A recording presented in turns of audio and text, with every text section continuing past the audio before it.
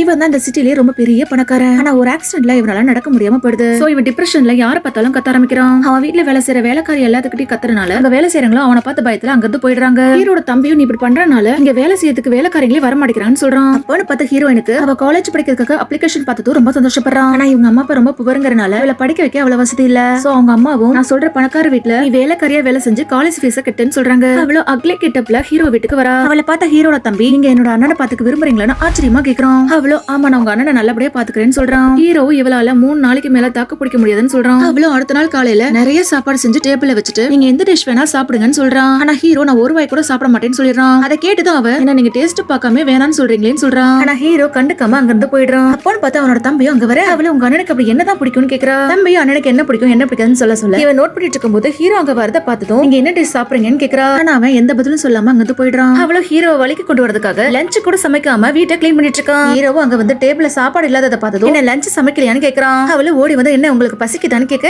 ஹீரோவும் பசி இருந்தாலும் ஈகோவால பசிக்கலன்னு சொல்லிட்டு அங்க போயிடுறான். அதுக்கப்புறம் நைட் யாரும் இல்லாத டைம்ல அவன் கிச்சனுக்கு வந்து ஃப்ரிட்ஜ்ல இருந்த ஃப்ரைட் ரைஸ் எடுத்து சாப்பிடுறான். அவன் எதிர்பார்த்ததை விட அந்த ரைஸ் டேஸ்டா இருந்தனால எல்லாமே சாப்பிட்டு காலி பண்ணிடுறான். ஹீரோ சீக்கிரட்டா சாப்பிடுறத 2 பேர் பாத்துறாங்க. அப்ப இருந்து அவனோட கோவம் போய் அவ செஞ்ச சாப்பாடை மிஸ் பண்ணாம சாப்பிடுறான். அது மட்டும் இல்லாம இவனோட அண்ணன் இவள பர்மனண்டா வீட்டுல இருக்க சொன்னதை நினைச்சு தம்பியும் ஷாக் ஆயிடுறான்.